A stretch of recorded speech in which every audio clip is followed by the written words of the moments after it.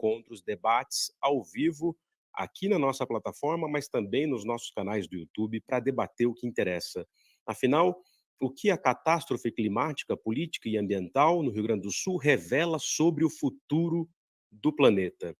Faremos debates aqui sempre em duplas, eu mediando as nossas gloriosas duplas, de segunda a sexta, já apresento a vocês toda a nossa programação. Queria dar aqui meu salve para quem está entrando, vamos curtir, vamos compartilhar, fazer viajar a palavra da devida crítica que deve ser feita a isso que não é um evento isolado, no fim das contas, na história do planeta, mas é aquilo que, no fim das contas, é a ação do antropoceno, né, ou do capitaloceno, ou a condição humana modificando definitivamente o mundo como ele é e colocando em xeque não só as outras espécies, mas também nós mesmos, os Homo sapiens. E para conversar hoje comigo aqui, eu, Lindené Pareto, professor de História, historiador do ICL e curador acadêmico do nosso instituto, eu tenho a alegria de convidar duas figuras do Rio Grande do Sul, porque os debates serão feitos sempre com pessoas que estão lá na linha de frente, que moram lá ou que são de lá, professores, artistas, ativistas, gente do teatro, gente da ciência política, gente da filosofia. E é por isso que, para começar esse debate em altíssimo nível, eu tenho a alegria de convidar aqui Manuela Dávila e Thales Machado. Sejam muito bem-vindos ao ICL, Manu e Thales. Muito obrigado por terem aceito o convite aqui do nosso time para a gente poder fazer esse debate imprescindível, né, e fundamental. Eu primeiro, assim, para o público ficar aqui, né, com a devida informação, muitos de vocês já dispensam apresentações, mas é sempre importante aqui para o acadêmico ler pelo menos uma parte dessa nossa formação, né? Então está aqui a nossa gloriosa Manu Dávila, jornalista, escritora, ativista. Manu foi deputada, foi candidata a vice-presidente desse nosso Brasil no momento dificílimo de nossa história. Em 2023, presidiu o grupo de trabalho do governo federal destinado ao enfrentamento do discurso de ódio e extremismo e é autora de 4 obras: Revolução, Laura, Por que Lutamos? Um livro sobre amor e liberdade, traduzido também para o espanhol, e Se Fosse Você, sobrevivendo às redes de ódio e fake news, e também Somos as Palavras que Usamos. Manuela Dávila, e aqui conosco também, engrandecendo o nosso time, o nosso caro Thales Machado, que é bacharel em Relações Internacionais, empreendedor social e atualmente é coordenador, vejam só, da Comissão de Cidadania e Direitos Humanos da Assembleia Legislativa do Rio Grande do Sul. Então, certamente, não só está por dentro ali na linha de frente, mas por dentro também de todos os debates que interessam nesse caso. Thales, Manu, obrigado, bem-vindos, bem-vindes, e a palavra é de vocês, começando com Manuela Dávila. Obrigada, Aline. Quero te cumprimentar o Thales, cumprimentar toda a audiência do ICL. É uma alegria, mesmo diante de tanto caos, né, de tanta desesperança, conversar com vocês e fazer chegar um pouco daquilo que a gente está vivendo aqui no Rio Grande do Sul para a audiência do ICL. Né? A gente sabe que os dias vão passando, eu acho que o Thales concorda comigo, e à medida que os dias vão passando, a comoção vai diminuindo. Mas no Rio Grande do Sul a tragédia não foi, a tragédia ela está sendo.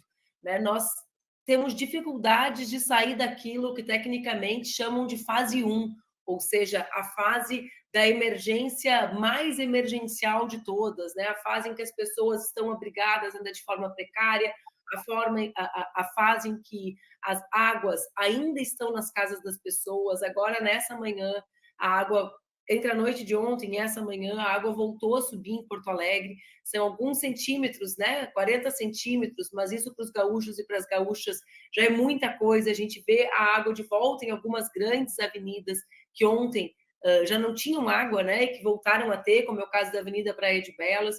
E eu acho que é importante que nós, e eu quero botar, assim, digamos, essa bola no meio de campo, eu acho que se de um lado é importante que nós tenhamos uma audiência do ICL ou o campo progressista conectados com as pautas das mudanças climáticas, da emergência climática, e eu acho que né? Eu acho que a nossa turma ainda é muito pouco conectada com essa pauta, ainda compreende pouco a dimensão desse assunto no projeto de desenvolvimento nacional e nas relações geopolíticas do nosso país, mas para além desse debate sobre emergência climática, é preciso debater as consequências do negacionismo e do nosso voto, do resultado das eleições para o povo, sobretudo para o povo mais vulnerável. Ou seja, sim, existe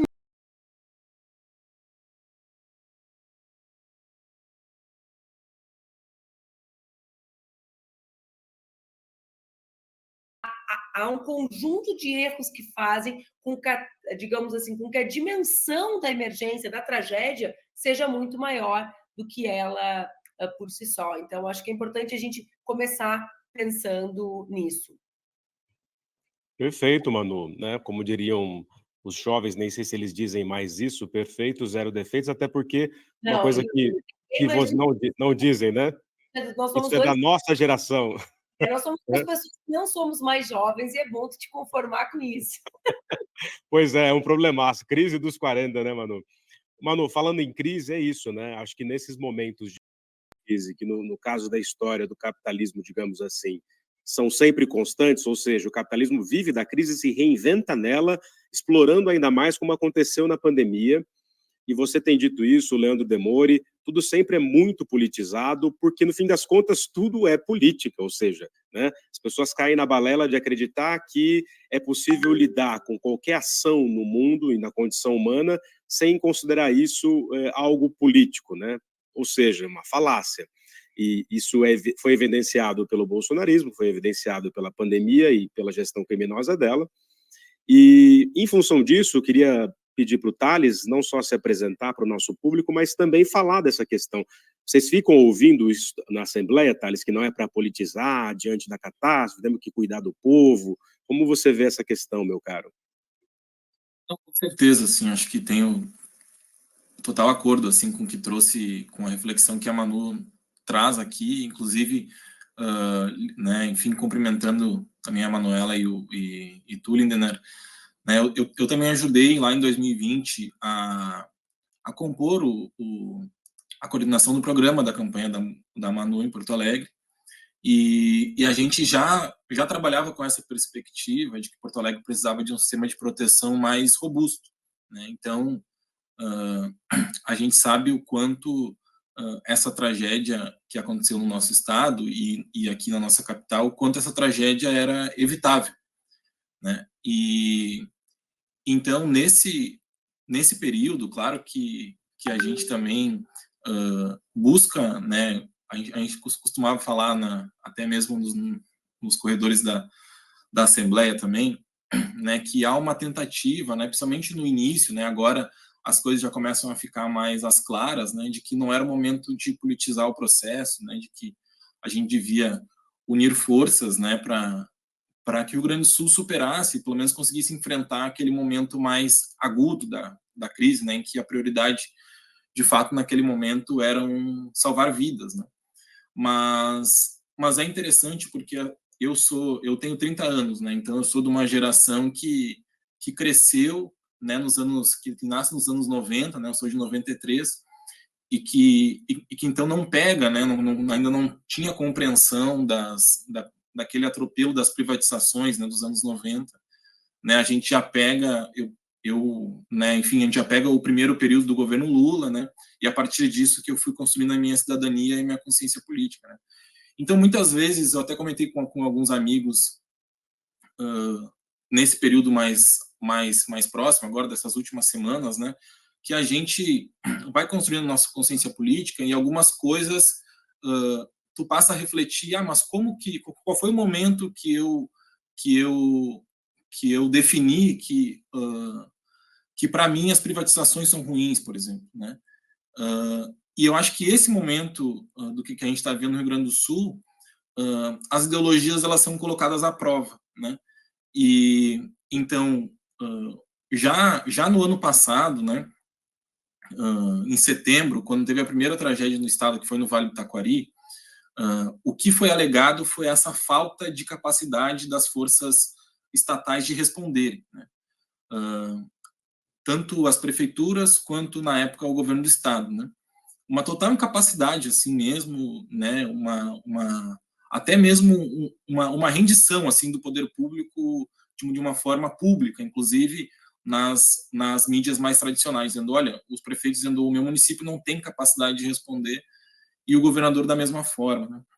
E isso traz e isso busca muitas vezes de alguns agentes públicos de passar para a população uma tentativa de compadecimento, assim, de pena, praticamente de pena desses agentes públicos, né, por conta dessa incapacidade de responder. Olha, de fato, o prefeito X de tal cidade chorou em uma entrevista, tal prefeito não sabe, ele está dizendo que não sabe o que fazer. E isso é reflexo de políticas aplicadas nesses, pelo menos, 20 anos, né, de destruição do Estado, né, destruição da capacidade do Estado justamente de responder. Né? O Estado, as estruturas se fragilizam, e aí sim, né, o Estado não vai ter nenhuma capacidade de responder. Por exemplo, depois em Porto Alegre teve novembro, e aí sim, né, o Estado não vai ter nenhuma capacidade de responder. Por exemplo, depois em Porto Alegre teve novembro, e aí sim, né, o Estado não vai ter nenhuma capacidade de responder. Por exemplo, depois em Porto Alegre teve novembro, e aí sim, né, o Estado não vai ter nenhuma capacidade de responder. Por exemplo, depois em Porto Alegre teve novembro, e aí sim, né, o Estado não vai ter nenhuma capacidade de responder. Por exemplo, depois em Porto Alegre teve novembro, e aí sim, né, o Estado não vai ter nenhuma capacidade de responder. Por exemplo, depois em Porto Alegre teve novembro, e aí sim, né, o Estado não vai ter nenhuma capacidade de responder. Por exemplo, depois em Porto Alegre teve novembro, e aí sim, né, o Estado não vai ter nenhuma capacidade de responder. Por exemplo, depois em Porto Alegre teve novembro, e aí sim, né, o Estado não vai ter nenhuma capacidade de responder. Por exemplo, depois em Porto Alegre teve novembro, e aí sim, né, o Estado não vai ter nenhuma capacidade de responder. Por exemplo, depois em Porto Alegre teve novembro, e aí sim, né, o Estado não vai ter nenhuma capacidade de responder. Por exemplo, depois em Porto Alegre teve novembro, e aí sim, né, o Estado não vai ter nenhuma capacidade de responder. Por exemplo, depois em Porto Alegre teve novembro, e aí sim, né, o Estado não vai ter nenhuma capacidade de responder. Por exemplo, depois em Porto Alegre teve novembro, e aí sim, né, o Estado não vai ter nenhuma capacidade de responder. Por exemplo, depois em Porto Alegre teve novembro, e aí sim, né, o Estado não vai ter nenhuma capacidade de responder. Por exemplo, depois em Porto Alegre teve novembro, e aí sim, né, o Estado não vai ter nenhuma capacidade de responder. Por exemplo, depois sequência, né, mostra também essa incapacidade também do Estado de conseguir fazer um diagnóstico preciso, mas também de conseguir responder quando a coisa está acontecendo. Então não tem o preventivo e nem o emergencial, né? E chegou no ápice para mim, assim, que foi o cúmulo dessa essa questão o quanto as privatizações, essa tentativa de destruir as capacidades do estatais de responder, que inclusive no dia 5, se não me engano, que foi quando a água chegou na cidade de Baixo do Menino Deus, que são os bairros mais centrais, inclusive eu tive que sair da minha casa, que a CE Equatorial desligou as bombas e não avisou a prefeitura. E então e não avisou na prefeitura e não avisou ninguém, né? Então a água começou a subir e a prefeitura nem sabia, e inclusive respondeu dizendo que não, as bombas não tinham sido desligadas, e depois a Equatorial confirmou que de fato tinham sido desligadas. Então, assim, é de uma perversidade, assim, né, um requinte de crueldade, fora também toda a destruição que tem acontecido no DEMAI, que é o departamento de água e esgoto da cidade, né, que tem sido destruído, né, enfim, a gente pode aprofundar, mas que saiu também de alguns estudos que o DEMAI está com mais de 2.500 cargos vagos, né, porque o prefeito também tinha intenção de privatizar o DEMAI. Assim, então, são questões assim muito profundas, assim, muito críticas que beira não, né, dança e faz de tudo com a negligência do Estado, e também mostra um projeto, né, que tem essa intenção de destruir as capacidades do Estado de responder, e a gente infelizmente está sob essas circunstâncias. Perfeito, meu caro. Ó, só para avisar o nosso grande público, a gente estava aqui com um problema técnico na transmissão dos canais, mas, salvo engano, já está recuperado aqui. Eu estou aqui com os gaúchos, estão no Rio Grande do Sul, estão há tempos denunciando aquilo que é a gestão neoliberal do governo do estado e da prefeitura de Porto Alegre, além de outras prefeituras.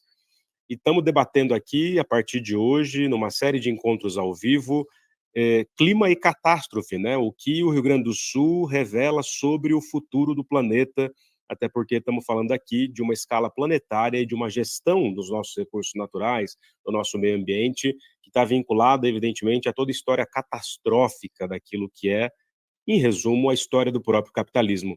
Vale dizer, então, que na longuíssima duração, o que a gente vê, no mínimo desde as grandes navegações, é uma mobilização impressionante da condição humana e do capitalismo em função da devastação da flora, da fauna e tudo aquilo que envolve hoje, inclusive, o aquecimento global. Manu, eu vou pedir para você, minha cara, como alguém que é daí e que vive há tanto tempo também, ou conhece outras regiões do Brasil, mas como gaúcha, mãe, ativista, jornalista, candidata e etc., como que você viu ali, recuperando para o nosso público, esses momentos decisivos que viraram ali exatamente no momento do show da Madonna, e aí teve toda essa discussão, né, se deveríamos voltar as atenções para as duas coisas, ou só só não, né, mas para o Rio Grande do Sul apenas, esqueçam Madonna, a indústria do espetáculo, mas ela também está ligada a pautas progressistas fundamentais. Como você viu esse turbilhão ali naquele momento, que era ali dia 4, dia 5, dia 6 de maio, né? Primeiro, eu acho que o Thales vai concordar comigo, assim, não existe como a gente descrever o que a gente está vivendo no Rio Grande do Sul. Não existem várias dimensões, né? Evidente que é difícil de descrever, mas aí eu acho que seja mais fácil de vocês capturarem a dimensão da tragédia material. Eu acho que a materialidade a gente consegue, a partir do volume de imagens que vocês têm acesso, das imagens que circulam, né, sobre o grau de isolamento de Porto Alegre, ali nos primeiros dias, a dificuldade de logística era algo inacreditável, né? A gente estava tentando no instituto que eu coordeno, e se fosse você, trazer carretas de água, de cobertor do restante do país, a gente não conseguia fazer as coisas chegarem em Porto Alegre, né, pelo grau de isolamento que é ocasionado pela destruição material, digamos assim. Mas, para além da destruição material, existe uma dimensão pouco falada, que é o grau da destruição humana mesmo, né? Das redes que nós construímos ao longo das nossas vidas, dos espaços, das memórias, né? Do viver em uma cidade em que tudo aquilo que nós, independente da idade que tenhamos, né? Com 70 ou com 5 anos, toda a nossa vivência nessa cidade foi destruída a partir da destruição material, porque imaterial e material se misturam. É por isso que, às vezes, é tão estranho ver as pessoas, né, algumas pessoas que estão à frente de alguns governos falarem em perdas apenas materiais. Para a classe trabalhadora, sobretudo, a materialidade é sempre revestida de muita imaterialidade. Eu me explico. É impossível imaginar um sofá na casa de uma trabalhadora doméstica que não tenha sido comprado com os finais de semana de turno extra. E esses finais de semana foram os finais de semana que essa trabalhadora doméstica não viu a filha crescer, ou não acompanhou a filha, a neta, na sua rotina. Ou seja, toda a materialidade é revestida de um grau de sacrifício humano muito grande, sobretudo para as classes mais populares, para as camadas populares. Agora, além disso, além dessa destruição que ocorre com a tragédia em si, existem muitas camadas de destruição que são ocasionadas pelo abandono. O instituto que eu coordeno está à frente de 2 abrigos e é indescritível o abandono por parte do poder público, sobretudo da prefeitura. Né? A única presença do poder público nos abrigos que são tocados emergencialmente pelo terceiro setor, como é o nosso caso, vê bem, nós somos uma organização de enfrentamento à violência política de gênero e desinformação. É óbvio que diante da catástrofe climática, é óbvio que diante de milhares de pessoas, de meninas, de mulheres sem ter para onde ir, nós paramos tudo e erguemos um abrigo, em parceria com voluntárias, mães, direção de escola, o padre da Igreja São Jorge. Isso é óbvio. Agora, também é óbvio que o poder público tem que, a partir da emergência, repactuar para incluir essas pessoas na rede de assistência. Ora, imagina, eu sou jornalista, né, coordenadora do nosso abrigo, uma é advogada, a outra é administradora, nenhuma de nós é assistente social. As profissões existem porque existe demanda da necessidade da especialização humana para atender essas situações. Então, os alimentos, o cuidado, O diagnóstico da possibilidade dessas mulheres voltarem para casa ou não tem sido feito pela gente. A limpeza dessas áreas, que são áreas que oferecem muito risco, né? A compra de equipamentos adequados, como nós temos feito, mas muitas pessoas não têm feito, para se submeter a esse processo de limpeza, que oferece risco, eu repito, sem esses equipamentos, a reequipação da casa das pessoas, a perspectiva, a falta de vaga. Então, assim, o não estudo, né? Porque as crianças que estão abrigadas não estão referenciadas mais na sua escola. A escola é referenciada a partir do território no nosso país. Então, percebam, são muitas camadas de abandono. É por isso que, sim, eu vou repetir o que eu disse lá no início, Linda, é urgente que nós tenhamos no nosso campo a pauta da emergência climática, dos impactos da ação humana, da perspectiva de que enfrentar o capitalismo é também enfrentar uma concepção de modernidade que é absolutamente atrasada. O moderno é visto, né? O que é moderno no nosso mundo é algo absolutamente, muitas vezes, abjeto. Eu uso exemplos de Porto Alegre. Porto Alegre, para que a gente não fale só sobre o Rio, porque é um erro nesse momento falar só sobre o Rio e sobre as cheias, sobre o sistema de contenção de cheias. Eu fui candidata à prefeitura algumas vezes, então eu tenho algum acúmulo coletivo, não meu, né? O Thales falou da participação dele na coordenação do programa. Quem escuta os técnicos tem coletivo, né, Thales, e não individual. Vamos lá. A gente está falando do sistema de prevenção de cheias, correto. As obras, né, as obras de drenagem, as bombas, nas casas de bombas. Mas, e se eu falar com vocês sobre arborização, que aparentemente é um assunto esquecido? Porto Alegre é a cidade mais verde do Brasil e há uma década tem uma política de destruição das suas reservas, digamos assim, mesmo do seu viveiro de plantas nativas. Porto Alegre abandonou essa política. E se eu falar com vocês sobre coleta de resíduos sólidos, lá em 2020 nós já propunhamos o tratamento diferenciado aos catadores e às catadoras de resíduos, como agentes ambientais que são. Eles são agentes ambientais, eles salvam o planeta. Como eles são tratados na nossa concepção, na concepção do mundo que nós vivemos? Como a parte, né, mais vulnerável do sistema. Nós vivemos, eu e Thales, que vivemos em Porto Alegre, as obras de reconstrução da nossa orla. A orla ficou lindíssima, Linda. Se tu fosse a Porto Alegre me visitar, eu ia te levar ou para jogar basquete ou para patinar, como meu marido faz. Acontece que quando nós argumentávamos que essa orla era uma orla desconectada do meio ambiente, parecia que nós éramos os senhores do atraso, porque a modernidade é associada com padrão de construção, né, que é o concreto, que é o fim da arborização, que é o fim dos espaços de convívio. Outro grande orgulho da administração atual, o vice-prefeito de Porto Alegre, que é um crápula, né? Recentemente descobriram que ele é do Brasil Paralelo. Eu quase falei, gente, vocês não sabiam? Vocês descobriram isso agora mesmo? Mas vamos lá.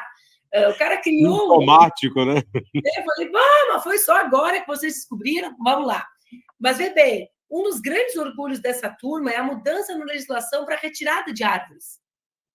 O orgulho deles é que agora tu pode, de maneira singela, pedir, tirar e resolver. Essa é a modernidade para essa gente. Isso é desburocratizar para essa gente. Então, assim, a gente precisa lidar com a emergência climática, mas também precisa enfrentar, né, um conjunto de verdades que o capitalismo constrói sobre o que é o moderno, sobre o que é o adequado e uma percepção que trata o planeta Terra como infinito. O planeta Terra, essa frase dói muito. Quem está vivendo em Porto Alegre, acho que o Thales concorda comigo, todos nós estamos, assim, destruídos emocionalmente, né? Alguém me perguntou o que eu tinha, Thales. Eu falei, não tem o que eu tenho, gente. Eu tenho uma gripe, que não é gripe, que é o estado de ver a nossa cidade do jeito que está. Né? A gente fica emocionalmente destruído e aí tudo vai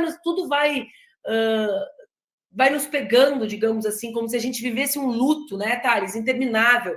A gente não sente nem o direito de ficar feliz. Sabe, Linder, quando morre alguém que a gente gosta e um dia a gente esboça um sorriso e a gente pensa assim, cara, eu não tenho o direito de ter essa felicidade, o fulano morreu. A gente está vivendo assim em Porto Alegre. E eu acho que é importante que a gente separe, sabe? E eu vou repetir isso.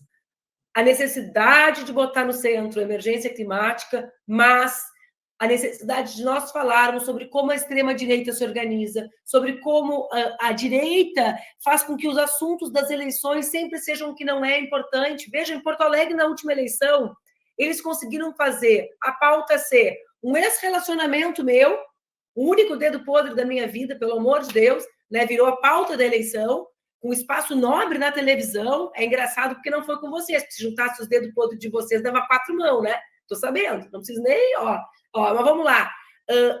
Foi a minha vida sentimental e se eu ia permitir carne de cachorro e banheiro no ISEX em Porto Alegre. Esse foi o assunto, enquanto eu tentava desesperadamente com os meus companheiros e companheiras fazer o debate sobre áreas da cidade que já alagavam.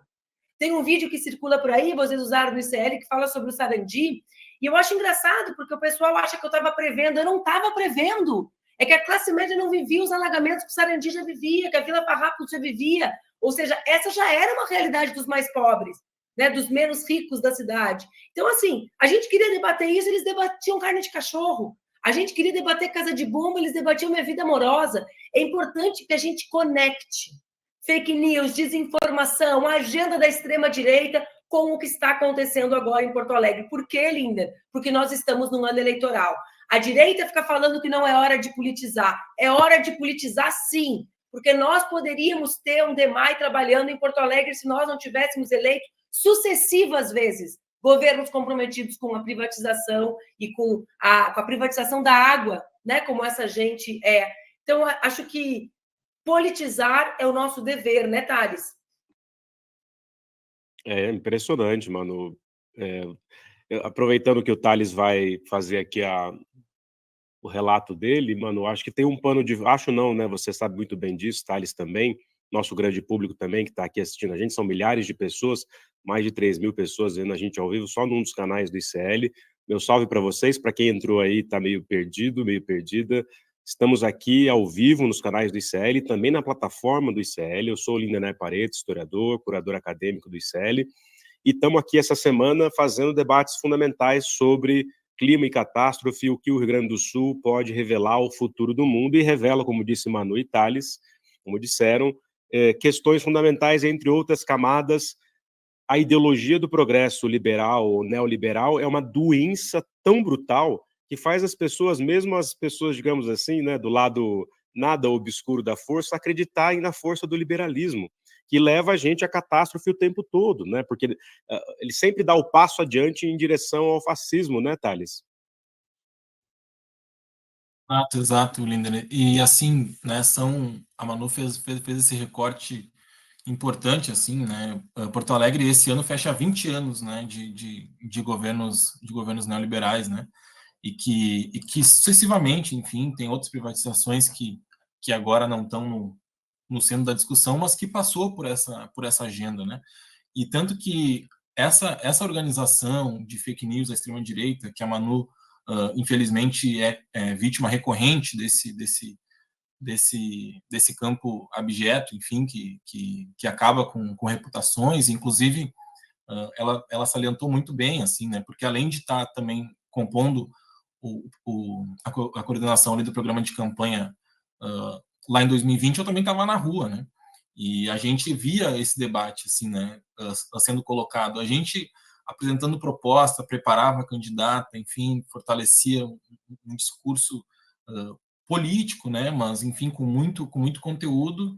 E o outro lado era a Manuela vai numa grande numa grande, eles chegaram a usar uma expressão que, enfim, que iam transformar as vilas em barracos e que as pessoas iam morar embaixo da ponte, que iam comer carne de cachorro. Então, assim, escapa de todo né, o senso crítico, assim, da coisa, né? Tu não consegue responder, assim, né? Tu acaba tendo dificuldade, porque também, se tu vai responder cada coisa, tu vai acabar sendo pautado pelo que eles querem que tu paute, né? Então, inclusive, logo no início também essa crise mais aprofundada, por exemplo, em relação aqui aos resgates, surgiu, né, essa organização que é uma organização popular, né, de alguns voluntários que se chamava o Povo pelo Povo, né? E essa organização também ela foi instrumentalizada pela direita, né? E principalmente pela extrema direita, né? Que inclusive não hoje, atualmente, né, no momento atual, não está saindo em defesa nem da prefeitura, muito menos do governo do estado, né, embora tenham esses acordos, né, tanto com o prefeito Mello quanto com o governador Eduardo Leite, porém, né, instrumentalizaram que essa resposta ela devia vir do governo federal, né, que o governo federal estava demorando para reagir, porque também acaba incidindo também na falta de informação das pessoas, que muitas vezes as pessoas, né, conseguem associar tudo mais ao presidente, porque é quem as pessoas têm mais acesso também à informação, né, do que a prefeitura e o governo do estado. Né? Então, operaram isso com uma força muito grande, né, com uma força muito grande, e não fizeram nenhuma defesa dos governos que eles compõem, né, e os governos que são os principais responsáveis por isso. Né? Só no governo do estado, Lineder, que acho que tu já deve ter debatido aqui isso no ICL, foram mais de 480 pontos do Código Ambiental que o Rio Grande do Sul tem descumprido e deixou para trás, né, no primeiro mandato do governo Leite, sob a justificativa de que o governo do estado estava se adaptando ao governo federal de então, né, que inclusive a pasta de meio ambiente era tocada pelo ministro Salles, né. Então a justificativa ela se cabe a isso e não por uma política estadual, né, que tem toda uma peculiaridade, né. Só o Rio Grande do Sul é composto quase 70% pelo bioma pampa, que não tem em nenhum outro estado do Brasil. Então, assim, há uma particularidade, né? Há um pedido de que seja olhado de outra forma, e o governador terceirizou essa responsabilidade, né? Então, é uma série de questões, né? E que eles acabaram instrumentalizando, né? Com essa onda claro, né? De muitos voluntários, e que se não fosse a quantidade de voluntários que desceu para o Rio Grande do Sul e aqueles que aqui já estavam, a catástrofe seria ainda maior, com certeza. Mas eles não levantaram em momento nenhum essa bandeira para Thales, eu acho que o defender seu áudio está travando aqui para a gente, salvo engano. Enquanto você dá uma ajeitada ali no áudio, Thales, talvez entrar e sair para ver se volta ao normal. Ô, Manu, mas me escutam agora? Me escutam agora? Escutamos. Mas agora sim. Ah, tá. Maravilha, Thales. Thales, tem uma questão para você, mas que também vale para a Manu, e que me chamou muita atenção, e, na verdade, duas questões para vocês pensarem aí com o nosso grande público. A primeira, essa evidente, digamos assim, guerra fria, ressignificada e delirante entre o tucano Eduardo Leite e o presidente Luiz Inácio Lula da Silva, que, diferente de outros sujeitos que não são estadistas, não só se prontificou, mas foi lá, enfim, tem todo um clima mesmo de mobilização de guerra, porque é uma guerra em vários sentidos, né, nesse mundo invariavelmente cheio de guerras. E aí, há muito tempo, mas sobretudo nos últimos 20 anos, o Brasil vem de debates fundamentais sobre a luta das mulheres, sobre a luta LGBTQIA+, que ontem, mais uma vez, demonstrou na Paulista que é preciso diversificar cada vez mais, e, evidentemente, a luta do movimento negro unificado. E eu lembro do Lula indo para o Rio Grande e numa fala, junto com a Janja, falando, gente, conversando aqui com a Janja e tal, nossa, eu não sabia que existia tantos afro-brasileiros, tantos negros no Rio Grande do Sul. Por que vocês acham que ele disse isso e o que isso tem a ver, Thales, com essa história gaúcha que é narrada sempre em função de se sentir europeia?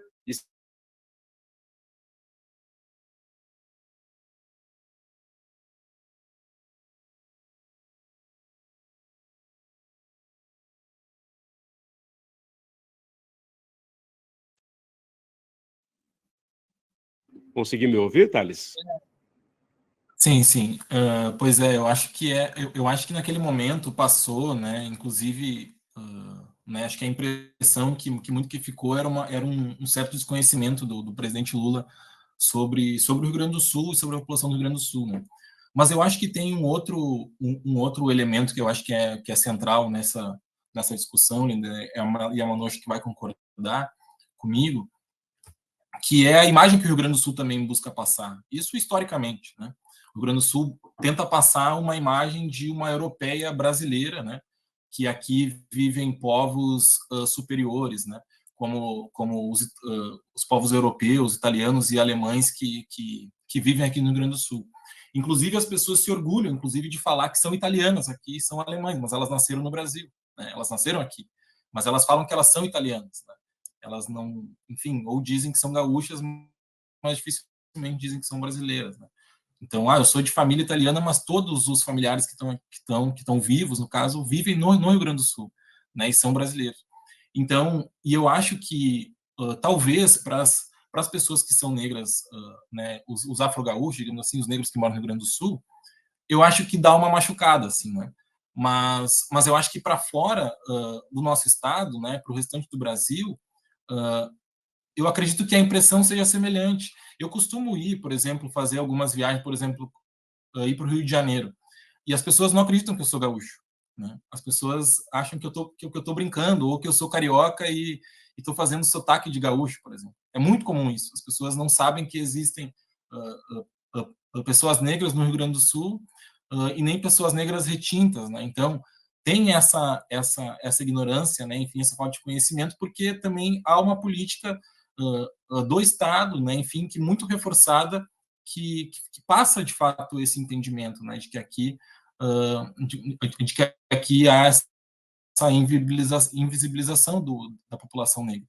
Tanto que sempre, né, em todo ano, tem ali pelo mês de setembro, outubro, se não me engano, tem a Semana do Migrante, né? E a Semana do Migrante, durante muitos anos, né, ela sempre era tratada como os alemães e italianos, né?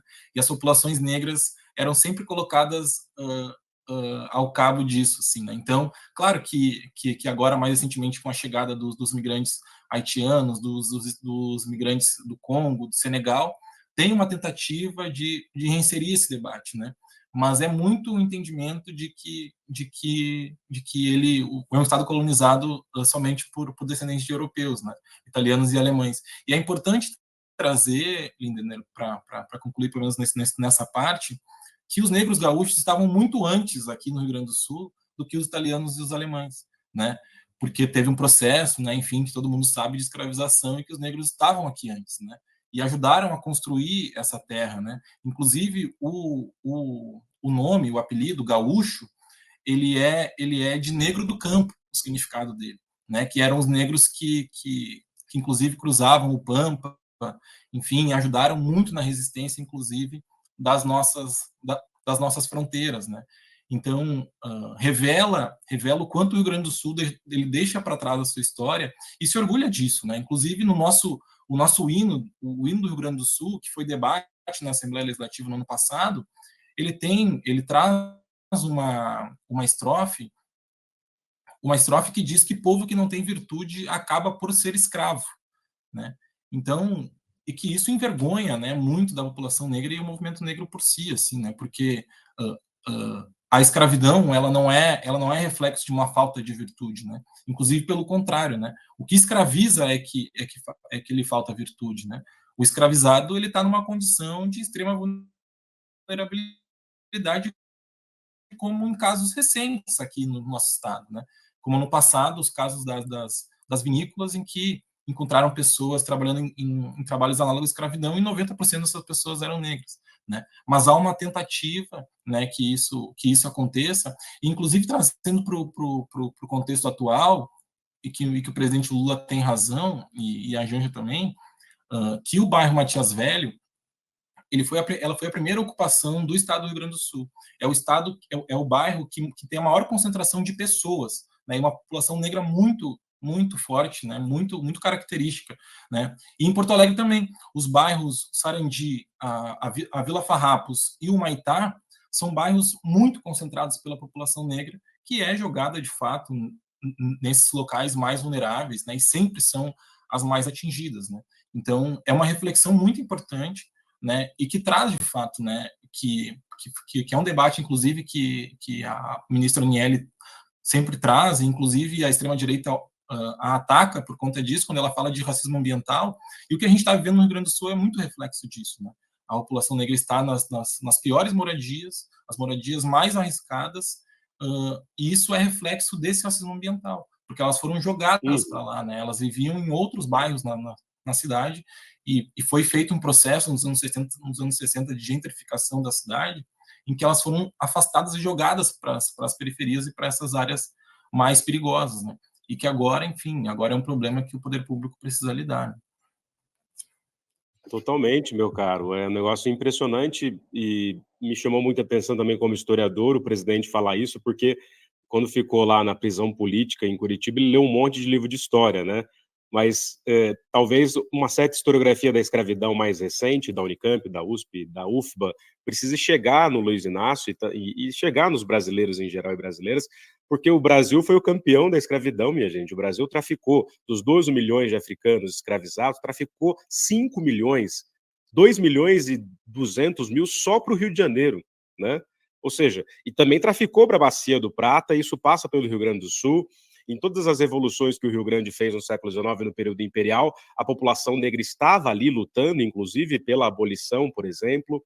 Enfim, é um negócio impressionante o quanto falta informação, de maneira geral, para as pessoas em termos de pensamento histórico, né?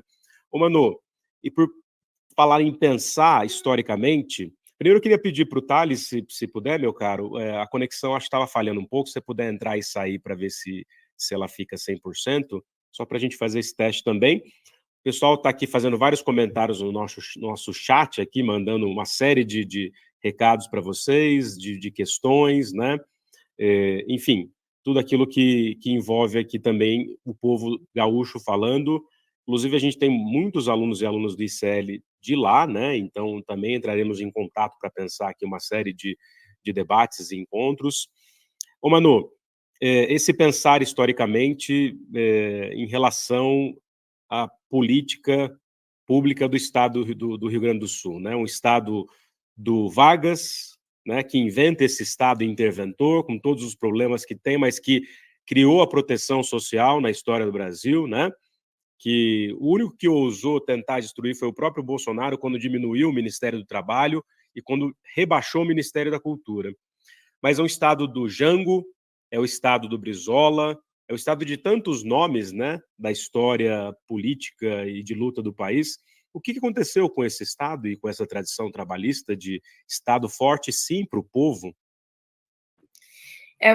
Inclusive, o Estado de Oliveira Silveira, né, que é o idealizador do 20 de novembro, para a gente pensar como, de fato, falta conhecimento histórico sobre o papel dos negros e das negras na construção daquilo que nós vivemos, né? O apagamento histórico de mulheres e de pessoas negras é uma coisa assombrosa no nosso país, né, gente? Então, veja bem, o Rio Grande do Sul, esse estado que se orgulha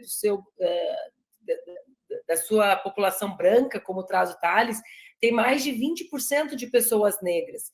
Os Estados Unidos têm, em média, 12%. Eu trago esse número para efeito de comparação, para que a gente pense quem de nós ousaria dizer que os Estados Unidos é um país sem a presença de negros, de pessoas negras, né, de homens e mulheres negros, né, Thales? Ninguém consegue imaginar uma produção audiovisual. Estou tomando como exemplo talvez um dos piores países, mas um dos com maior acúmulo de luta, com feições parecidas com a brasileira, né? Tu trazes esse número dos 12 milhões, entre 5 e 6 milhões das pessoas escravizadas vieram ao Brasil.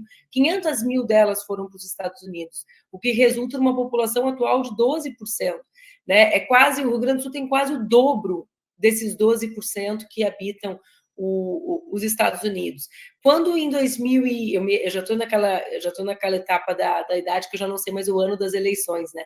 Mas quando em 2022 eu avisei que não seria candidata nem a deputada federal e nem a estadual, porque as minhas candidatas seriam mulheres negras, muitas pessoas da esquerda de fora do Rio Grande do Sul ficaram escandalizadas, abstraindo que nessa eleição histórica de 20, quando nós quase vencemos a extrema-direita no auge do bolsonarismo, Porto Alegre deu um sinal para o mundo elegendo uma bancada antirracista, uma bancada hegemonicamente de mulheres, 4 mulheres e 1 homem, negros, que depois se transformou numa bancada de deputados e de deputadas. Então, assim, por que eu trago essas informações? Porque eu acho que é importante que a gente saiba que há essa conexão fortíssima no Rio Grande do Sul entre raça e classe, né? Como diz o Thales, são as pessoas mais vulneráveis, são as pessoas, é o mundo do trabalho. Vejam, O presidente Lula, ele afirma isso, eu concordo com o Tales, nacionalmente ele dá a dimensão, mas o senador que defende os trabalhadores é Paulo Paim, um homem negro, né, fundador do PT e da CUT, como ele próprio, Lula, né, ou seja,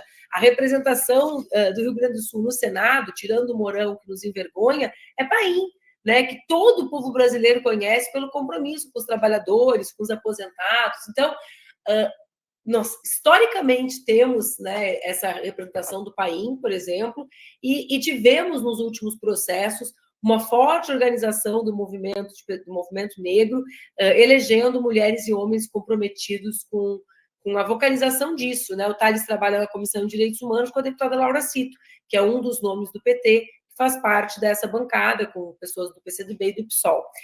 Dito isso, a situação no Rio Grande do Sul é uma situação de grande complexidade, né? O Estado digamos assim, aprisionado por uma dívida que faz com que os investimentos em políticas públicas sejam cada vez menores, resumidamente, esse seria objeto de debates imensos entre nós. O que nós temos é uma piora gradativa na vida do povo, em função da escolha de governos, à exceção do governo Tarso Genro, no último período, né, porque o governo Olívio já é lá atrás, no tempo histórico, que faz com que o povo viva cada vez pior.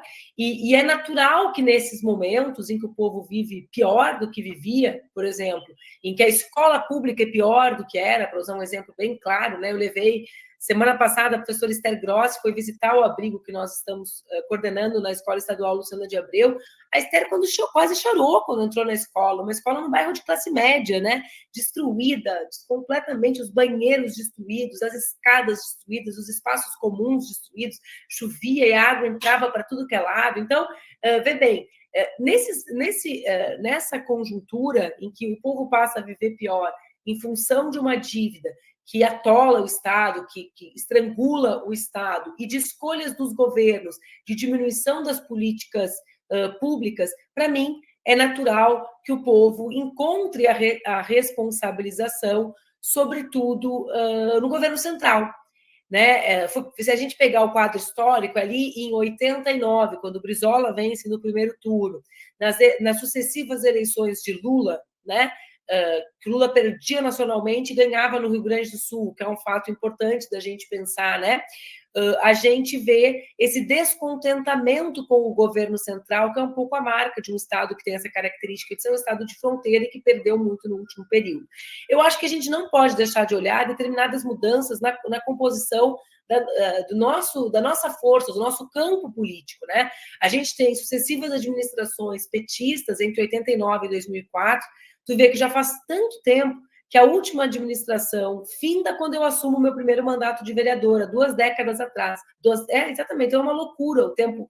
A história ela vai achatando, parece que foi ontem, mas faz muito tempo que nós não governamos Porto Alegre, faz 2 décadas. Toda a minha vida política nós não governamos Porto Alegre. Mas, naquele momento, nosso campo era muito focado na busca de soluções locais.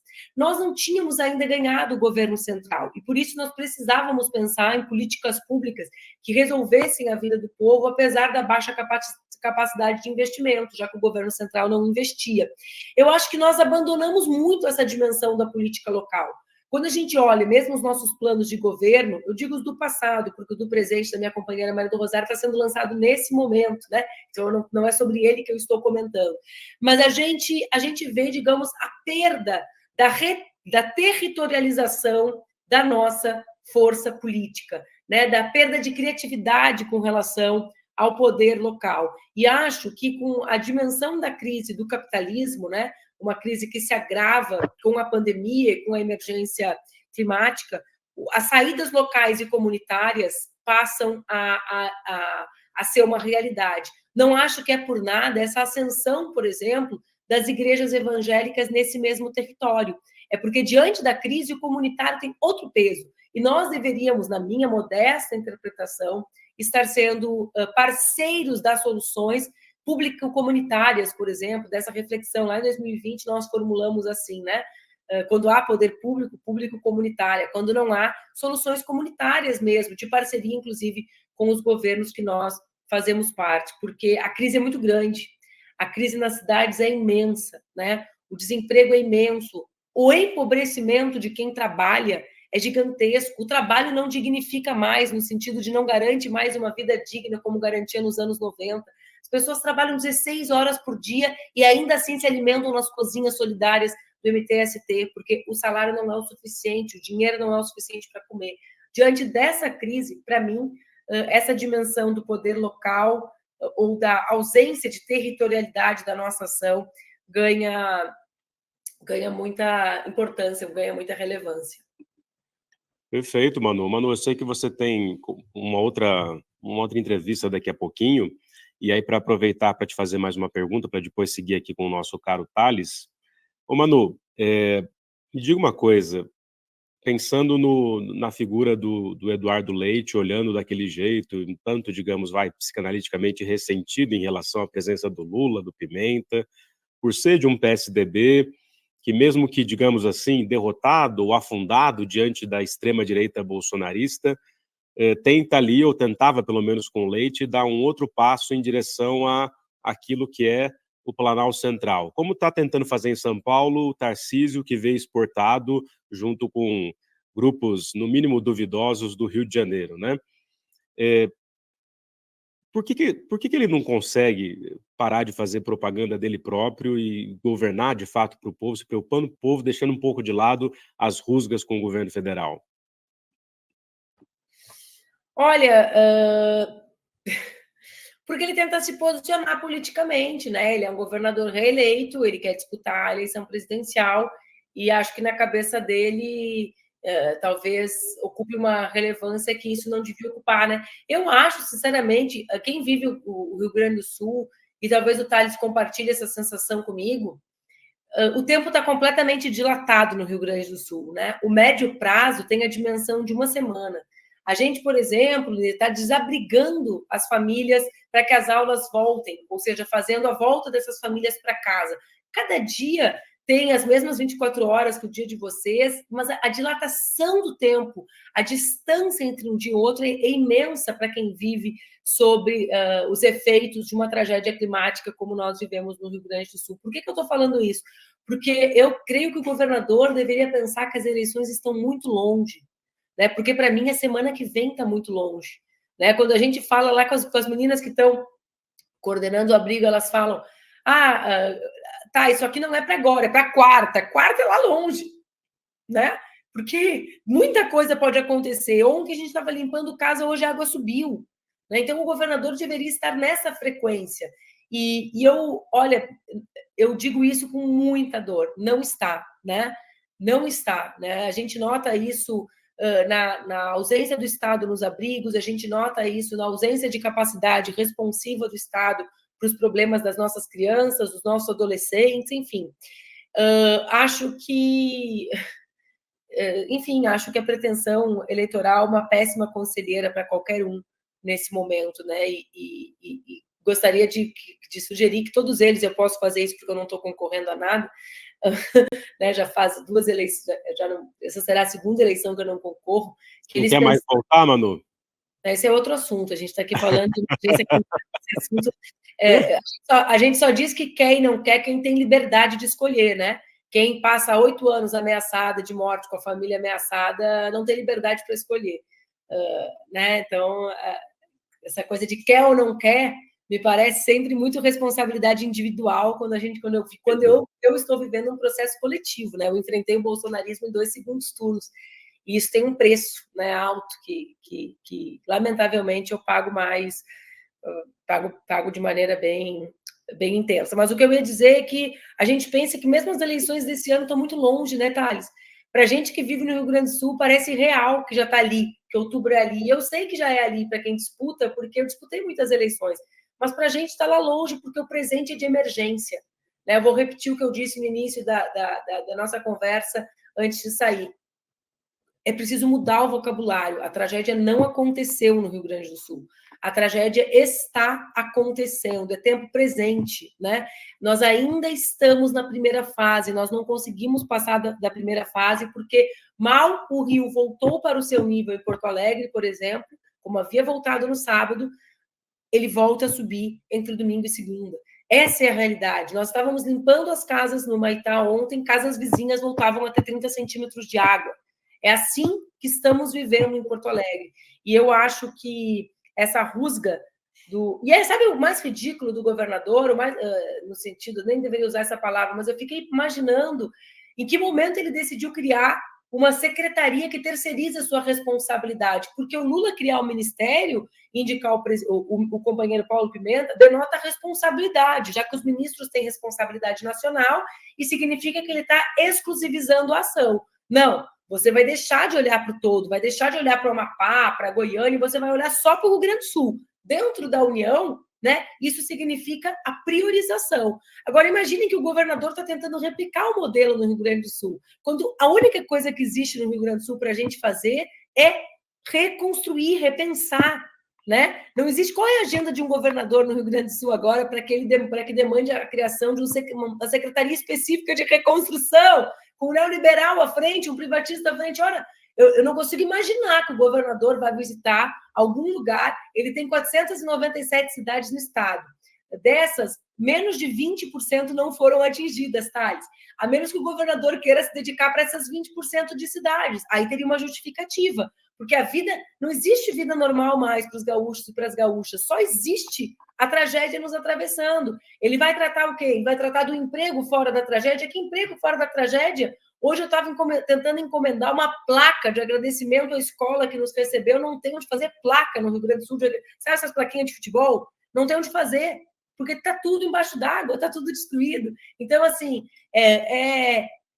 essa secretaria, o esforço dele para se desresponsabilizar sobre o todo. Atenção, para, como a gente fala, como o povo fala, tirar o seu, né? E colocar no de alguém. Olha, como quem diz, a responsabilidade é minha, eu coloco em quem eu quiser. Não, a juventude fala assim, viu, na internet. Não fala daquele tem outro jeito. Então, assim, a responsa é minha, eu vou colocar no de quem eu quiser, né, Thales? Vou criar uma secretaria, porque assim eu não fico com a responsabilidade plena. Então, assim, termino dizendo isso. É muito triste ver o Rio Grande do Sul, que já teve governos extraordinários, como de Olívio Dutra, de Tarso, de Brizola, sendo governados por alguém que não veste o casaco e o microfone de candidato. Voltem os vídeos do início da tragédia. Voltem os vídeos da primeira semana de maio e vejam o microfone Rode aqui penduradinho o tempo inteiro, documentando. Né? Esse é um indício, né, do compromisso real do governador. É muito triste ver Porto Alegre abandonada, mas eu tenho a convicção que o nosso povo, que as nossas mulheres e os nossos homens também saberão construir respostas, porque é verdade que o povo tem feito muito pelo povo. Né? Tentar negar isso é negar uma realidade de abandono das prefeituras, muitas delas, e da incapacidade do governo. Mas também é verdade, e quem está na linha de frente dessas ações sabe, que nós não podemos tudo, que nós precisamos dos governos. Eu queria muito poder dar conta de tudo em Porto Alegre, Linder, é por isso que eu concorri a prefeita, né? Porque eu posso abrigar 80 mulheres num abrigo, pacientes oncológicos nos outros, mas eu não tenho rede de assistência, eu não tenho como garantir a casa, eu não tenho como garantir o aluguel social, eu não tenho como garantir o referenciamento da creche dos filhos dessas mulheres, porque quem tem que fazer isso é o governo. E se isso não está acontecendo, é porque o povo pode fazer muito pelo povo, mas uma parte grande, ou a imensa maior parte dos problemas tem que ser resolvidos pelo governo, no caso de Porto Alegre Municipal, com o amparo do governo estadual. Por mais que o presidente Lula esteja fazendo como está, não é ele que realiza, né? Quem realiza é o município. Né? Quem referencia o Sistema Único de Saúde, por exemplo. Não vai a ministra lá em Brasília fazer um mutirão, né, de exame de leptospirose. Quem tem que fazer isso é o município. Né? Ele pode aumentar o dinheiro, aumentar o orçamento, mas a execução disso quem faz é o município. Então, mesmo os investimentos do presidente Lula acabam encontrando a resistência dessa turma a partir da destruição do Estado e do município. Um abraço para vocês, eu peço desculpa, né, gente, eu falei para o Linder, eu tenho outra gravação e ele também, eu falei, tu vai ver que eu estou completamente doente, eu estou completamente capacitada de falar e de pensar, e peço desculpa, mas eu queria muito conversar com vocês de CL. Thales, uma boa luta para ti na comissão com a Laura, seguimos juntos, fiquem bem. Manu, muito obrigado, viu, pela participação. Eu ia fazer uma última pergunta para você aqui, mas você pode... Fazer. Você falou sobre te atravessar e ficar doente diante da catástrofe, mesmo que ela não tenha te atingido fisicamente, no caso. é brutal, né? Ou seja, é o fim do mundo, isso é apocalíptico mesmo, né? Você tem dito isso, o Leandro, o Thales também falou. Mas a minha pergunta a você, pensando aqui até no nosso título dos encontros, para o futuro do planeta, você acha que se o modelo produtivo tal qual ele é não parar, nesse instante a gente vai conseguir de fato salvar o que a gente é e esse modo de vida, ou isso já passou do tempo? É uma tese, né, Leandro? Eu não sei se essa é uma pergunta boa para fazer para quem vive no Rio Grande do Sul, sabe, Linder? Porque a gente precisa de otimismo, mas assim, por onde a gente olha, a dimensão da destruição ela é tão severa e a incapacidade, né, digamos assim, o descompromisso de quem governa, ele é tão elevado com o ser humano. Eu conversava isso agora com uma das coordenadoras do abrigo, sabe? Eu passei a minha vida acreditando que as minhas diferenças com os meus adversários eram de natureza política. E eu, às vezes, agora, nessa tragédia, olhando o abandono total das pessoas, passei a acreditar que, de fato, o que está em curso é a destruição mesmo, é o que teorizam como necropolítica, a destruição, que a morte de contingentes importantes da população faz parte da solução, porque nada justifica tamanho abandono. Manu travou aqui, ó. Enquanto a Manu ajeita ali, minha gente, ó, estamos ao vivo aqui com Thales Machado, com a Manuela Dávila, ao vivo nos canais do ICL, discutindo as questões do Rio Grande do Sul, a catástrofe, a política, a gestão neoliberal, que também acelerou, catalisou esse processo. E, Thales, a gente está debatendo aqui uma série de questões que envolvem sempre costuras políticas, né? Você é bacharel em relações internacionais, né? O que o bacharel em relações internacionais diz a respeito das atitudes, por exemplo, do governador em termos de relações institucionais com o governo federal? Isso é bem interessante, Lindane, porque nessa semana, semana passada, na verdade, a gente teve uma reunião que foi intermediada pela Comissão de Cidadania e Direitos Humanos, a qual eu coordeno, com o pessoal que ajudou, enfim, enfim, formou uma resistência em Nova Orleans, né? E lá teve um processo que a gente não quer que repita aqui, né? Nova Orleans chegou a perder quase 70% da sua população, né? Logo depois do furacão, né? Que passou pela cidade. E agora o número, se não me engano, ele é bem mais baixo, ele é de 20%. As pessoas voltaram, né? Inclusive é um movimento que pode acontecer, né? Que eles chamaram lá de movimento sanfona, né? As pessoas saíram, esperaram a situação melhorar e voltaram. Porém, Nova Orleans teve uma situação que a gente não quer que se repita aqui, justamente porque eles pegaram essas pessoas, né? As populações mais pobres, e eles jogaram elas tipo num campo de concentração, assim, basicamente, né? Que é o que o prefeito, inclusive, está tentando fazer aqui, mas com muita resistência a gente vai conseguir com que ele não faça isso, né? Que ele está querendo colocar as pessoas no Porto Seco, que é onde acontece o carnaval aqui de Porto Alegre, né? Que é um lugar que, inclusive, é abandonado pelas últimas gestões, né? Essas gestões de 20 anos, e que agora ele quer abandonar essa população da enchente lá, né? Cercar essas pessoas, né? Construindo uma tal de cidade provisória. Né? E o que a gente pede é que, inclusive, exemplos internacionais sejam replicados aqui, seja as cidades esponja, né, que está tendo um estudo em relação a isso, ao sistema chinês de responder, mas também que essas pessoas que estão desalojadas e desabrigadas, que elas sejam colocadas em imóveis desocupados da cidade, né? Porque a cidade, Porto Alegre, tem mais de 10 mil imóveis desocupados, né? Inclusive muitos deles pertencentes à prefeitura, ao Estado e à União. A União já se manifestou favoravelmente, né, dizendo que a prefeitura tem que mapear esses imóveis e que abre mão deles, né, provisoriamente, para que as pessoas possam ter um abrigo.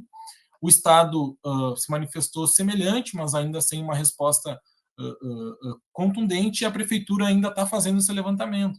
Então, porque há, de fato, como a Manuela falou, uma diferença muito grande programática e ideológica nesse processo.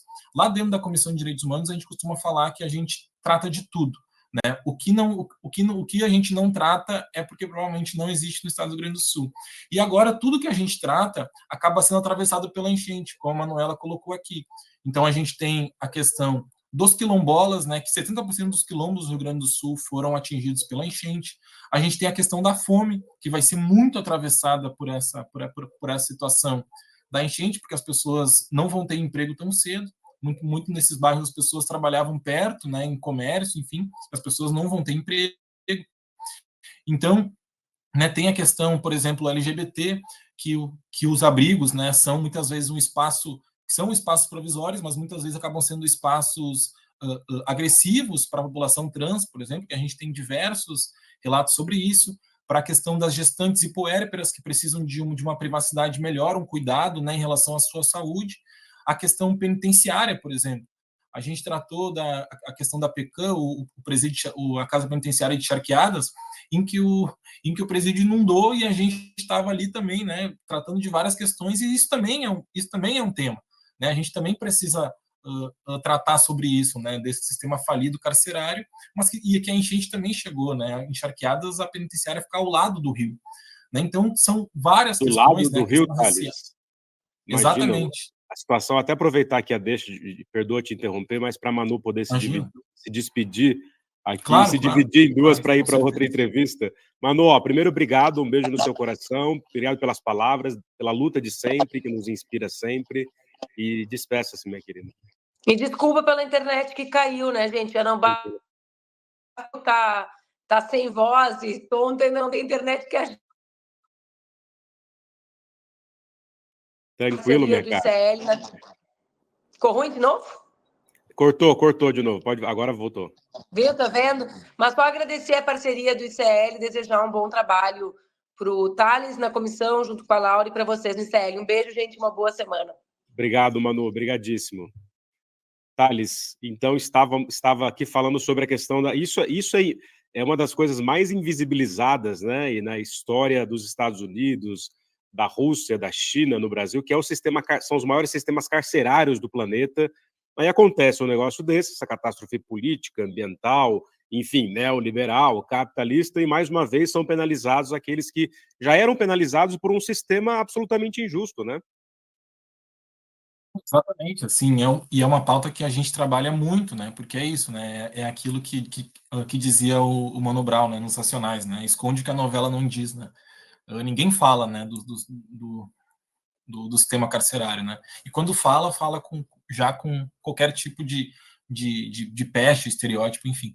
E a gente também trata disso, porque, por exemplo, a gente tem o apenado, né, enfim, que cometeu o seu delito, enfim, por diversas questões, né, que a gente não precisa aprofundar aqui, mas temos os familiares preocupados para onde aquelas pessoas foram. Então, alguns deles foram transferidos, a gente consegue ter um diálogo até dentro do razoável, assim, com a Polícia Penal aqui do Estado, que inclusive nos passava informação e a gente serviu desse meio de campo, né, de passar para os familiares também essa informação do que estava acontecendo. Porque, claro, eles tinham uma questão de segurança, que os apenados tiveram que transferir, e eles não podiam falar o lugar para onde eles tinham ido, mas nos garantiram que estavam em segurança, né, por outras questões que também estão em voga nisso.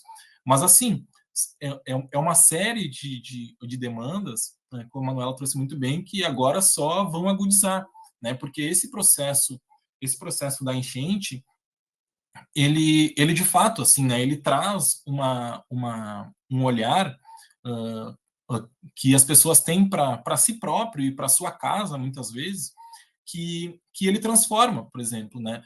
A minha rua, inclusive, que ela foi afetada, mas ela não foi ela foi de longe de ser das mais graves. Mas, por exemplo, a minha namorada chegou em casa no dia que estava todo o entulho na rua, que as pessoas tiraram as coisas das suas casas. Ela disse que ela não reconheceu a rua, né? Porque a gente já mora há algum tempo aqui, porque te passa essa impressão de estar num outro lugar, né? Imagina essas pessoas elas voltando para casa, né? Eu tenho um tio, Lindener, que ele voltou para casa dele na Vila Farrapos e ele ficou cego. Ele tá sem visão. Ele tá sem visão do tamanho do choque que foi essa volta para casa. É um negócio muito sério quando a gente está falando de saúde mental. A gente vai falar de saúde mental, de depressão, porque já passou o momento dos resgates, né? Que é uma fase crucial, né, para a sobrevivência das pessoas, mas agora tem um momento que as pessoas estão voltando para suas casas e vendo como elas estão. E tem gente, por exemplo, eu tive no Humaitá, no sábado, a gente teve inclusive fazendo esse serviço que a prefeitura deveria estar fazendo, cadastrando as pessoas nos programas sociais, e tinha gente que falava que voltou para casa, abriu a porta e virou as costas. E pessoas extremamente vulneráveis, que não tem outro lugar para ir, mas pessoas preferiram voltar para a BR, ficar dentro do carro ou embaixo de alguma marquise e não voltar para sua casa porque não tem coragem de voltar para sua casa. Então a gente também está organizando alguns mutirões de limpeza com pessoas que não querem voltar para sua casa. E a gente quer que as pessoas voltem, porque a estrutura está lá, mas de fato é lodo que não dá conta, assim, que é tirar as coisas com inchada, assim, né? Então é uma situação muito delicada mesmo. Muito, E e que, muito enfim, a triste, gente. né, Thales? É muito triste, né? Eu fico imaginando aqui, dentro da estrutura da saúde pública no Brasil, do estado, do município, daqui a pouco eu vou querer que você fale um pouco também sobre o Melo, o prefeito, né, de Porto Alegre, mas que é esse cuidado da terapeuta ocupacional, da psicóloga, do psicanalista, o quanto isso vai ser fundamental para, pelo menos, avançar em relação a essa etapa tão traumática que está assolando vocês todos, todas, todes aí.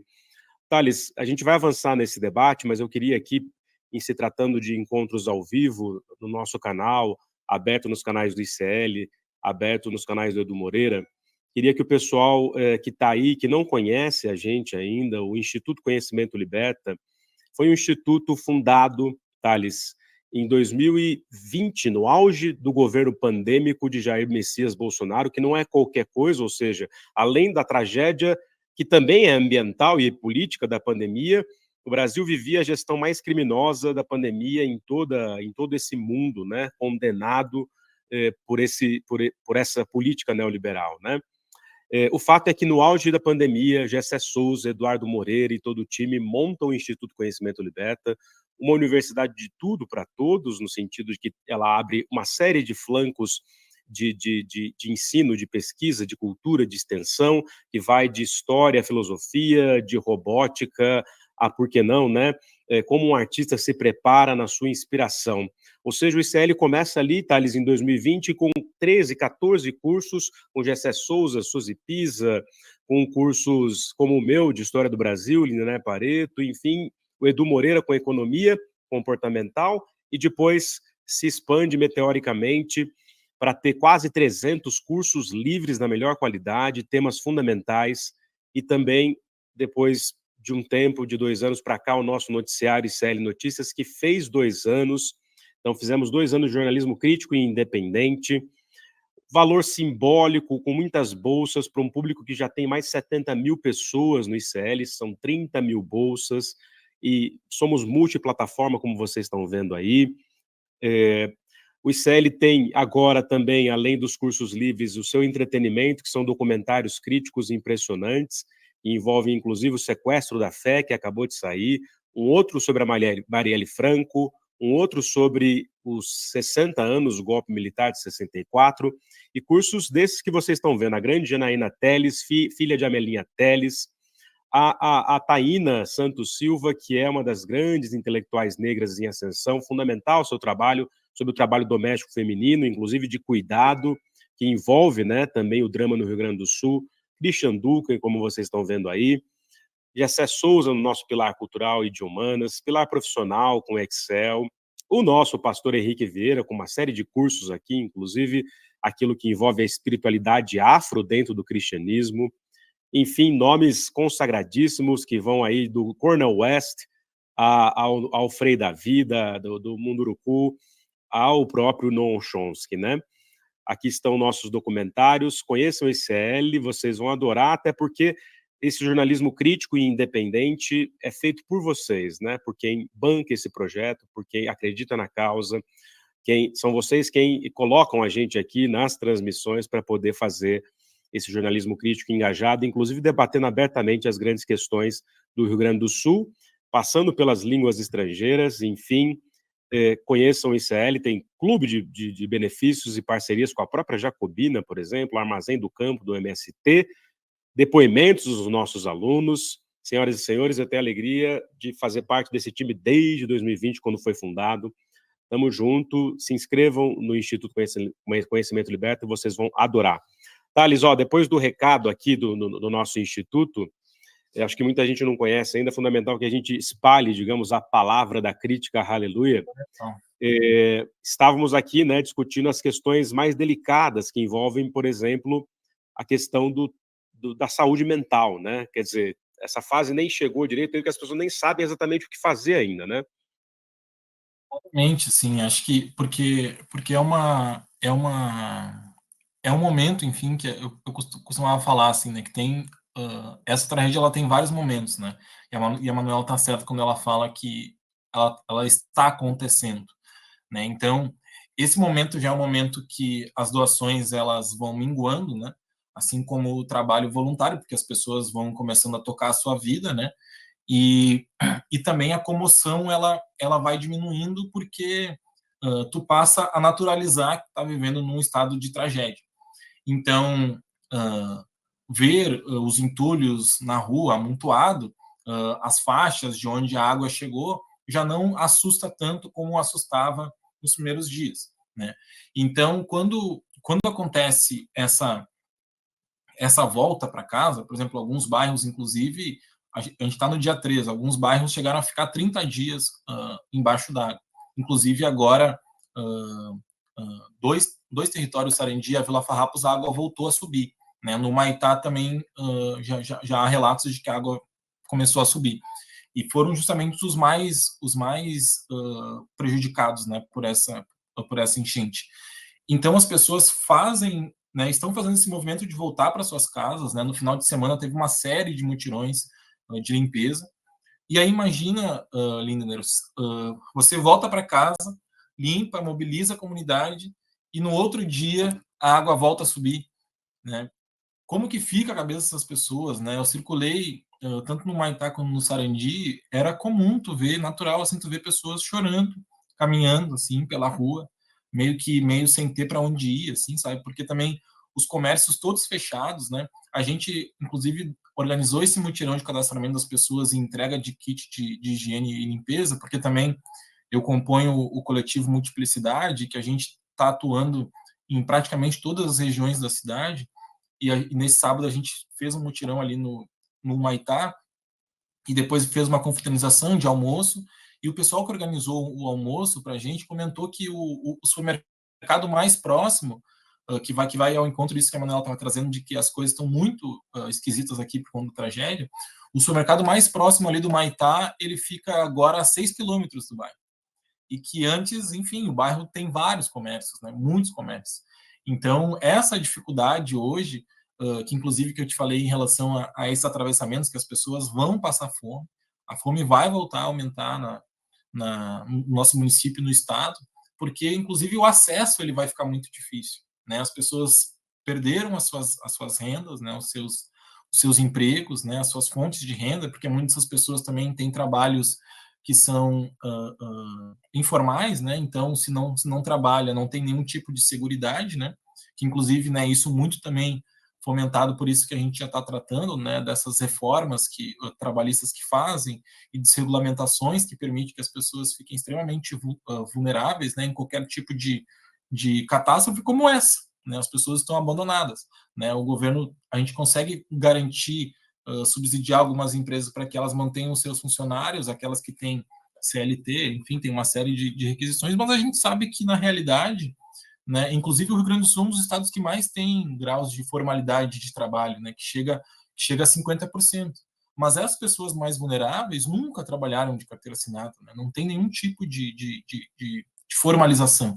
E agora essas pessoas estão, de novo, né, já tinham a sua vulnerabilidade exposta, e agora a enchente também as atravessa, né? Porque precisa conseguir voltar para casa, né? Então, como é que fica a cabeça dessas pessoas, né? Que não tem nem de onde tirar, né? Vão ficar precisando muito de doações, né? Muito de ajuda e perderam também a sua capacidade também de se auto-organizar com o seu emprego, mesmo que informal, mas que colocava comida para dentro de casa, né? Então, as pessoas tiveram uma construção muito grande, né, de colocar as coisas para dentro de casa, eletrodoméstico, móvel, enfim, por aí vai, porém agora perdem o pouco que já tem. Então, inclusive para arrematar em relação a essa a questão da saúde mental, a questão o quanto isso está linkado com esses governos neoliberais que destroem essa capacidade, por exemplo, os CAPs aqui em Porto Alegre, a gente já chegou a ter uma rede enorme, assim. Hoje os CAPs de Porto Alegre, eles não passam de seis regiões de atendimento. Então, como que vai dar conta, né, dessa demanda imensa que tem sobre saúde mental?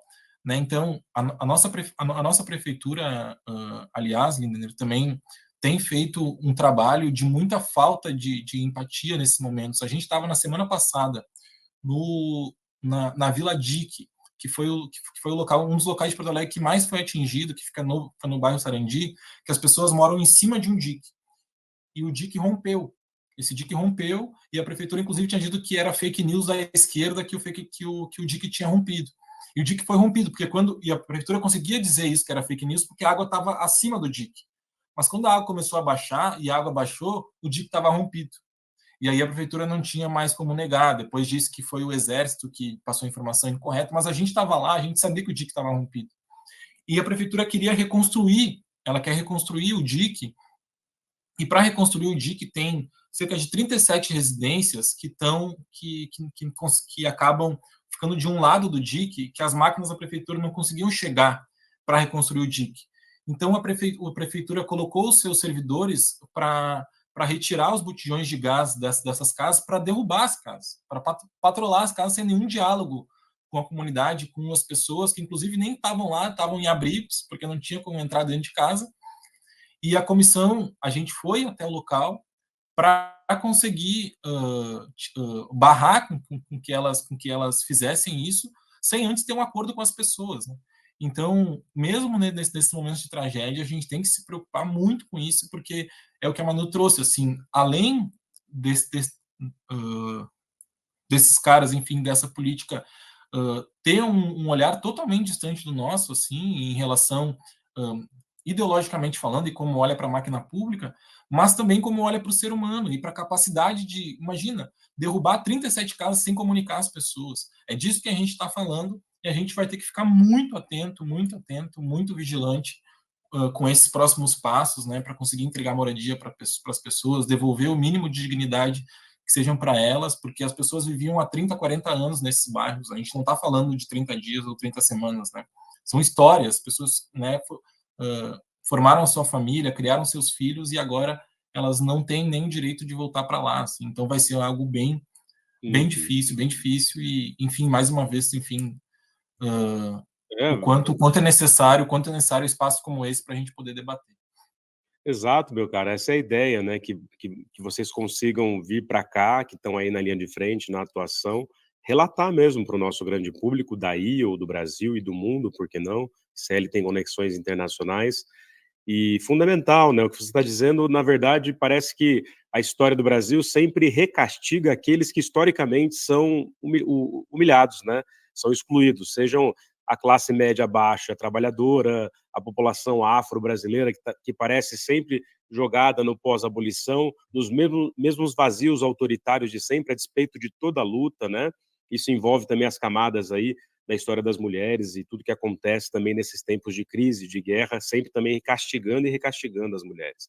Queria agradecer imensamente a você, tem ainda uma questão bem para você responder assim sucintamente, mas antes eu queria agradecer todo mundo que entrou aí, lembrando a vocês que essa é a série Clima e Catástrofe, o que a tragédia política, ambiental, social, econômica do Rio Grande do Sul revela para o mundo, porque é uma questão, um estado inteiro, como disse o Safato, ele cai dentro do mar praticamente, então isso tem a ver com algo muito maior do que o Brasil, muito maior do que o continente, ou seja, uma questão planetária, não há essa mobilização impressionante.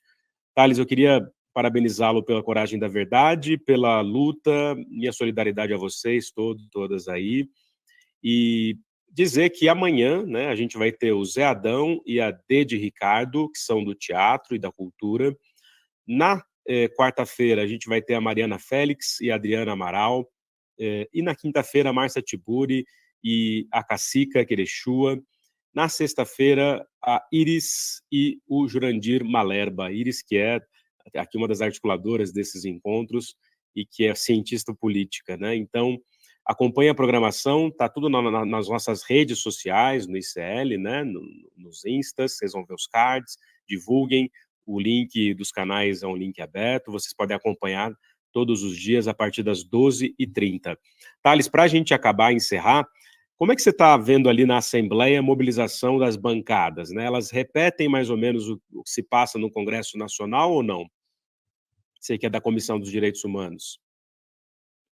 Elas se repetem, assim, elas, inclusive, a Assembleia Legislativa do Rio Grande do Sul, inclusive, ela serve de laboratório para aqueles deputados que vão depois para a Câmara Federal, né? Aqui, inclusive, né, é algo que o pessoal do restante do Brasil pode soar até estranho, assim, né? Pelo conservadorismo do nosso estado, o PT tem é a maior bancada da Assembleia Legislativa no Rio Grande do Sul, né? São 11 deputados e deputadas, mas com a federação são 12, com a deputada Bruna Rodrigues do PCdoB. Né? Então, e ainda a gente tem ali o campo, digamos assim, o campo progressista, mas enfim, o campo mais da esquerda mesmo, que é composto pelo PSOL, com mais dois deputados, né? E o restante é todo o governo, né? Então tem ali uma parcela do bolsonarismo que compõe ali cerca de 5, 6 deputados, mas que também, dentro da base do governo, também tem esses bolsonaristas, mas que acabam se disfarçando, né? Mas no momento, quando a coisa de fato aperta, nós somos 14, né? Junto com o PT, PCdoB e PSOL, e o restante é tudo governo, né? Então, inclusive, essas privatizações que eles acabaram tocando, a CE Equatorial, inclusive agora, esse ano, privatizaram a Corsã, eles terminaram com o plano previdenciário do Estado, aí o bolsonarismo e esse campo neoliberal acabam se unindo, né, para enfim, aplicar essas maldades de agenda, né. Mas de mais a mais, assim, Lindner, é uma repetição, até porque, inclusive, no governo federal, tu nunca sabe com quem que tu pode contar, né? O governo tem aquele número de 156 deputados e mais do que aquilo é o que amplia, né? Mas quando a coisa aperta, são aqueles 156. E aqui também é semelhante, por exemplo, o PDT tem 4 deputados, mas a gente nunca sabe quando pode contar com o PDT, né? O PDT, inclusive, compõe o governo do Eduardo Leite, né? E agora, nesse momento de catástrofe, inclusive, as nossas pautas, elas têm passado mais porque o governador também depende de uma aprovação do governo Lula, né? O Pimenta está aqui mais próximo, aí eles estão falando um pouco mais a mesma língua, assim, mas de modo geral, assim, a coisa é bem difícil, assim, é bem complicado. O diálogo com o governo, ele praticamente não existe. A Manu trouxe só para concluir, assim, a Manu trouxe um recorte, porque pela primeira vez na história o Rio Grande do Sul tem uma bancada negra. As primeiras deputadas negras da Assembleia Legislativa do Rio Grande do Sul foram empossadas no ano passado. E desde o ano passado foi pedido uma agenda com o governador e até agora nunca foram atendidos e provavelmente nunca mais vão ser, assim, né? Então, um governador, né, que tem um apelo, né, pela sua identidade de gênero, enfim, pela sua construção, que acho que é o único lugar que a gente se encontra, mas que, fora isso, não há nenhuma sensibilidade, assim, com as pautas, né? Inclusive, nesse momento de tragédia, que as comunidades quilombolas estão embaixo d'água, o governador, inclusive, deu uma fala totalmente infeliz, dizendo que o Estado, de fato, não tem como atender todas as demandas, né? Então, que os quilombolas se virem do jeito que seja possível, assim, né? Então, é muito duro, assim, é muito duro a resistência aqui, mas é importante dizer isso também, né? A gente está num território muito conservador, mas tem muita resistência também, né? A gente faz um trabalho muito forte, muito comprometido, e isso também é muito valorizado pelas comunidades. Eu acredito, eu tenho muita convicção de que nos próximos períodos a gente vai estar colhendo frutos muito melhores e vamos conseguir tirar o Rio Grande do Sul da mão desses neoliberais aí que só destruíram o Estado, e a gente precisa cessar de vez esse avanço dessa agenda que destrói o econômico, destrói o social e destrói muito mais o ambiental. Sem dúvida alguma, meu caro. Mais uma vez, gostaria muito de agradecer a você, a Manu, né, que agradeceu, Manuela Dávila estava conosco, debatendo com Thales Machado. Thales Machado, o pessoal está falando aqui no chat também, público de fora do Rio Grande do Sul, ele é bacharel em Relações Internacionais, o nosso glorioso Thales que está aqui, empreendedor social, e é coordenador da Comissão de Cidadania e Direitos Humanos da Assembleia Legislativa do Rio Grande do Sul, ou seja, é uma pessoa para todo mundo aí encontrar, acessar, seja nas redes e na vida, porque é um desses brasileiros da rebeldia e da resistência contra esse quadro geral neoliberal que nos assola e nos destrói, mas como disse o Thales, a gente resiste, por isso que a gente fez nessa semana, excepcionalmente, esses grandes encontros, né, com nomes do Rio Grande do Sul que estão na linha de frente e vão aqui relatar, debater tudo que eles estão vivendo desde da maior catástrofe, que sempre é política também, até agora, nesses momentos fundamentais de início de reconstrução, mas a água sobe, a água desce, e o neoliberalismo continua existindo, por isso o Thales falou, lutemos contra ele. Thales, muito obrigado, nosso grande público, muito obrigado, curtam, compartilhem, vão fazer viajar a palavra do Rio Grande do Sul para o mundo. Thales, despeça-se do seu grande público, meu caro, muito obrigado. Obrigado, Lindner, agradeço pelo espaço, mais uma vez, enfim, sempre que precisar, estou à disposição, acompanho bastante CL, eu sou bastante fã dos Galas Feios, acompanho bastante, me divirto também, porque a política também é um espaço também de reverência, e eu acho que é interessante esse espaço, enfim, estou à disposição aí, agradeço, gente, quem quiser, enfim, acompanhar também o que a gente faz, acompanhar a deputada Laura Cito também, a gente faz um trabalho bastante sério, enfim, que é bem comprometido com o nosso povo. Obrigado. Maravilha. Eu coloquei, o pessoal das mídias do ICL colocou nas páginas do Instagram do ICL Notícias e do ICL. Acessem lá que vocês vão ver os cards todos das duplas, incluindo a Manu e o Thales, e tem lá o Instagram deles marcado, então vocês podem acessá-los ali também. Conheçam o Instituto Conhecimento Liberta, que proporciona a nós todos e todas aqui esses debates livres, independentes, críticos. O nosso glorioso transmissor, Igor Ricardo, vai colocar o link para vocês aqui no chat mais uma vez. E é isso, minha gente. Amanhã, às 12h30, o próximo encontro com D de Ricardo, mulher negra do teatro, ativista, intelectual, e o próprio Zé Adão, que é um dos clássicos do teatro lá também no Rio Grande do Sul, falando a partir da perspectiva dos artistas. Então, amanhã, às 12h30, a gente volta. Um beijo no coração. Sigam a nossa programação. Thales, tchau, tchau. Abraço, gente.